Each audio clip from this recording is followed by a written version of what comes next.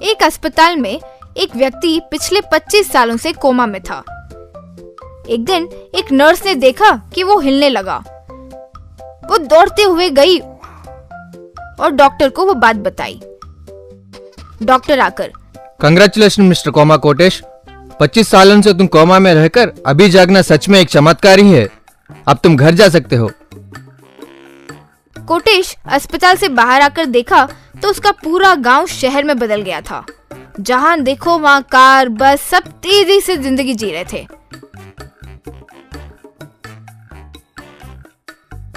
मैं कौन हूँ? मेरा घर कहाँ है? सब भूल गया था मैं करता क्या था? कोमा में कैसे गया? हाँ, याद आया, मैं चोरी किया करता था। एक बार बैंक में चोरी किए 10 करोड़ एक जगह पर छिपाया था। उतने में पुलिस पीछे पड़ गई थी तो भागते भागते खतरे में गिर पड़ा और कोमा में चले गया। अब्बा, सब याद आ गया। अब जल्दी से उन पैसों को ढूंढ कर लेना होगा। वो उस जगह पर जाकर देखा तो वहाँ एक बड़ा सा ट्रैफिक सिग्नल लगा था। चारों तरफ से रोड्स बने थे। यस, जरूर यही छिपाया था। लेकिन अब तो ये 4 रोड का जंक्शन में बदल गया है। अब कैसे निकालूं? कुछ तो प्लान करना होगा, सोचा। बाद में वो एक अरब शेख के वेश पहनकर एक मंत्री के घर गया। वो मंत्री जी से मिलकर नमस्कार करते हुए, नमस्ते साहब, मैं दुबई से आ रहा हूँ। वहाँ मेरे पास कई पेट्रोल के कुएं हैं। मैं दुनिया भर में घूमकर उनके लिए पेट्रोल की तलाश करता रहता हूँ। इस गांव में एक जगह पर पेट्रोल का कुआं होने का अवकाश है, लेकिन वहाँ खोदने के लिए परमिशन चाहिए। आपने मदद कर दिया तो आपको 30% दूंगा। कहिए शेख जी, ताजमहल खुदवाऊं या चार मीनार? पैसे मिलने वाले हो तो किसी के लिए भी परमिशन दिलवा दूंगा। वो जगह कहाँ है, आकर दिखाइए। इस तरह उसने मंत्री को वो जगह दिखाई। क्या इस जंक्शन में पेट्रोल का कुआं है? पेट्रोल निकालना होगा, बहुत मुश्किल है जी। लाभ में 40% हो तो बताइए, मैनेज करूंगा। 40% क्या है जी? चाहो तो 50% ले लीजिए, लेकिन काम पूरा होना चाहिए। फिर मंत्री कलेक्टर अधिकारी से मीटिंग किया। झूठी बातें कहकर आखिरकार वहाँ खोदने का परमिशन ले ही लिया। अगले दिन वहाँ जेसीबी क्रेन से खोदना शुरू हुआ। वहाँ ही मौजूद मंत्री बड़े आस से वो देख रहा था। उसे देखकर कोटेश, पागल, सच में पेट्रोल का कुआं है सोच रहा है। वो पैसे दिखते ही मुझे गायब हो जाना चाहिए, सोचा। यूं वे खोद ही रहे थे कि एक पेटी बाहर निकली। जेसीबी वाला वो लाकर मंत्री को देने ही वाला था कि कोटेश जल्दी से लेकर, रे, तुम्हें अक्ल है भी या नहीं? ऐसे फिजूल के खर्चे मंत्री को दोगे? मंत्री जी, ये सारी चीजें लेना बहुत खतरनाक है जी। कोई ऐसे वैसे मंत्र पढ़कर इन पर जादू टोना किया जा सकता है। इसीलिए ये लेकर कहीं दूर फेंक देना चाहिए, वरना बुरी नजर हमारे पीछे नहीं छोड़ती है। मैं अभी ले जाकर फेंक कर आता हूँ जी, रुकिए। उसे लेकर वहाँ से चले गया। फिर थोड़ी दूर बाद अपना वो वेश निकालकर मामूली वेश में आ गया। फिर एक जगह पर खुशी से नाचते हुए, हे, मुझे मेरे 10 करोड़ मिल गए, हे, मुझे मेरे 10 करोड़ मिल गए, हे, मुझे मेरे 10 करोड़ मिल गए, यूं नाचने लगा। ये सब वहीं खड़ा एक भिखारी देख रहा था। बेटा, 10 करोड़ कह रहे हो? क्या बात है? उस पेटी में क्या है? बहुत खुशी हुई, मुझे कुछ दान दीजिए ना।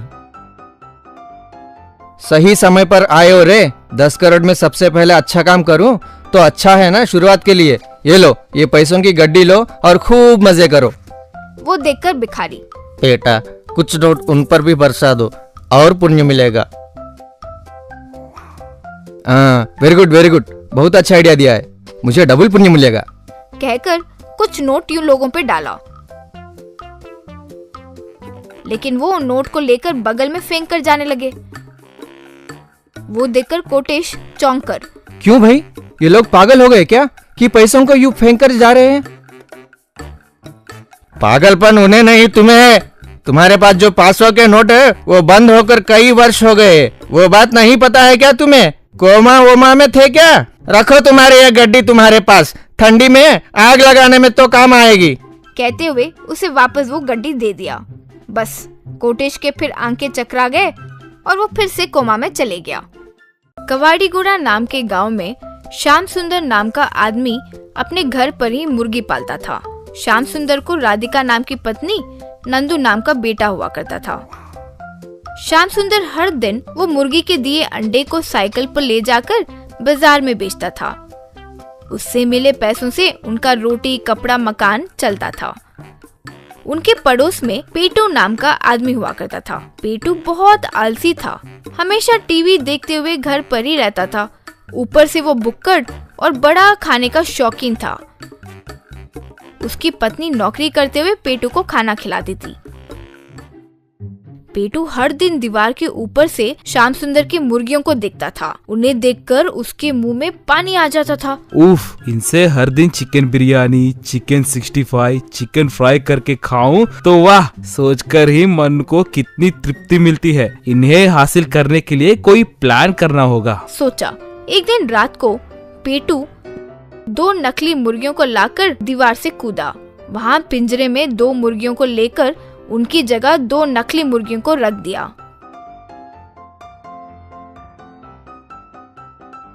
अगले दिन पेटू उन मुर्गियों से बिरयानी और चिकन फ्राई करके खाया। पेटू इस तरह हर रात आकर नकली मुर्गियों को रखकर श्याम सुंदर की मुर्गियों को ले जाता था। एक दिन श्याम सुंदर राधिका से, आजकल इनमें से कई मुर्गियों ने अंडा देना बंद कर दिया। वो दाने तक नहीं खा रहे हैं और तो और हिल तक नहीं रहे हैं। कहीं उनको कोई रोग नहीं हुआ? इतने में नंदू उन मुर्गियों के पास गया। उन्हें पकड़कर देखा। डैडी, हमारी मुर्गियाँ खिलौने बन गई है, ये असली मुर्गियाँ नहीं है। रे, मुर्गियाँ कहाँ से खिलौना बन जाएंगे? कोई बीमारी आई होगी और मर गए होंगे। ठीक है, मैं जाकर नई मुर्गियाँ खरीद कर लाता हूँ, कहकर चला गया। नंदू उन नकली मुर्गियों को शक से देखता रहा। इतने में उसे बगल वाले घर से चिकन करी की महक आई। कुछ तो गड़बड़ है, सोचा। इस तरह शाम हर दिन मुर्गी खरीद कर लाना और वो खिलौने में बदल जाना होता रहा। पेटू उन मुर्गियों से कई प्रकार के पकवान बनाकर मजे से खा रहा था। इसकी वजह से गांव में शाम की उदारी बढ़ गई थी। एक दिन शाम राधिका से, अब मुझसे नहीं होता। कोई तो अजीब सी बीमारी है जो हमारी मुर्गियों को मार रही है। गांव भर में उधार बढ़ गई है। अब हमें ये घर बेचना होगा। तो ये बातें नंदू सुनकर बहुत दुखी हुआ। उस दिन नंदू स्कूल से वापस लौट रहा था। सड़क पर वहाँ एक बड़ा सा ऑस्ट्रिच गिरा हुआ था। उसे एक बाण लगा हुआ था। नंदू तुरंत जाकर उस बाण को निकाला। उसे दवाई लगाकर पट्टी बांधा। बेटा, तुमने बचाया, उसके लिए बहुत बहुत शुक्रिया। मैं एक मायावी पक्षी हूँ। मेरे कुंडली में आज के दिन मृत्यु का साया लिखा था। आज के दिन बच गई तो मैं और 1000 साल जी सकती हूँ। तुमने मेरी मृत्यु को रोक लिया तो क्या चाहिए, मांगो बेटा। नंदू ने उसे अपने परिवार की स्थिति के बारे में बताया। तो फिर मुझे तुम्हारे घर ले जाओ बेटा, तुम्हारी पूरी परेशानी दूर हो जाएगी। नंदू उस ऑस्ट्रिच को घर ले आया। वो देखकर श्याम राधिका आश्चर्य में पड़ गए। मम्मी, डैडी, अब डरिए मत, ये हमारी मदद करने के लिए हमारे घर पर आई है। उस रात पेटू फिर दीवार को लांग कर आया। पेटू वहाँ मौजूद मुर्गियों को पकड़ रहा था तो वो ऑस्ट्रिच पीछे से आकर उसे जोर से दे मारी। हे भगवान, ये क्या हो गया, कहकर वहाँ से भाग निकला। अगले दिन वो ऑस्ट्रिच एक बड़ा जायंट एग दी। उस पर सोने का दरवाजा और सोने की खिड़की लगी थी। अंडे के दोनों तरफ से सुनहरे सीढ़ियां बनाई हुई थी।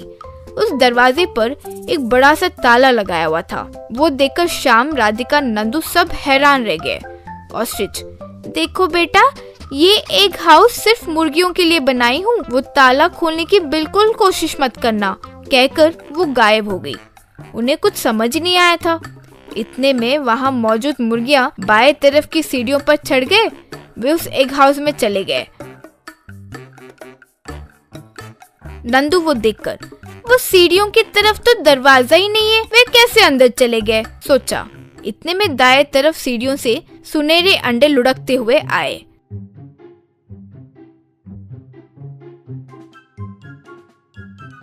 वो उन्हें देखकर दंग रह गए। ये सब दीवार के उस तरफ से पेटू भी देखने लगा। श्याम सुंदर उस सोने वाले अंडे को बेचकर बहुत पैसे कमाया। हर दिन मुर्गियां बाएं सीढ़ियों पर चढ़ती थी। वो एग हाउस के अंदर जाती थी। दाएं सीढ़ियों से सोने वाले अंडे आने लगते। इसकी वजह से जल्द ही श्याम का परिवार बहुत अमीर बन गया था। उनके घर की जगह पर एक बहुत बड़ा मॉडर्न हाउस बन गया था। पेटू एक दिन, इस एग हाउस में मुझे एक दिन किसी भी तरह जाना होगा, लेकिन इसमें तो सिर्फ मुर्गियां ही जा पा रही हैं। मैं क्या करूं? सोचते हुए उसे एक उपाय सूझा। तुरंत मुंह पर एक मुर्गी का मास्क लगाकर उन सीढ़ियों पर चढ़ा। फिर वो अंडे के पास जाकर, माँ, मैं भी मुर्गी हूँ माँ, थोड़ा सा हाइब्रिड मुर्गी हूँ, मुझे अंदर आने दो माँ। तब वो अंडे से 2 हाथ बाहर निकले। वो हाथ उसके सर पर पहने मास्क को खींच लिए। उसके गाल पर जोर जोर से चांटे मारने लगे। उसका गाल तो पूरा का पूरा लाल हो चुका था। फिर वो वहां से भाग निकला। अगले दिन पेटू एक बहुत बड़ा हथौड़ा लेकर आया। वो एग हाउस पर लगे अंडे को तोड़ दिया। वो उस एग हाउस के अंदर गया। आसपास देखने से अंदर सब खाली था। अरे, यहाँ तो कोई सोना खजाना नहीं है, सोचा। इतने में वो दोनों हाथ वापस प्रकट हुए। उसे खूब पीटे।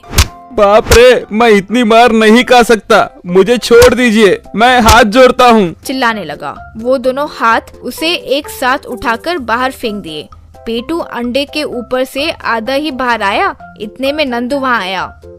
अरे बेटा, प्लीज, मैं तुम्हारे आगे हाथ जोड़ता हूँ, मुझे बचा लो प्लीज। मैं अब कभी तुम्हारे या तुम्हारे मुर्गियों के रास्ते नहीं आऊंगा, मुझे माफ कीजिए, कहकर विनती किया। नंदू आंखें बंद करके प्रार्थना किया।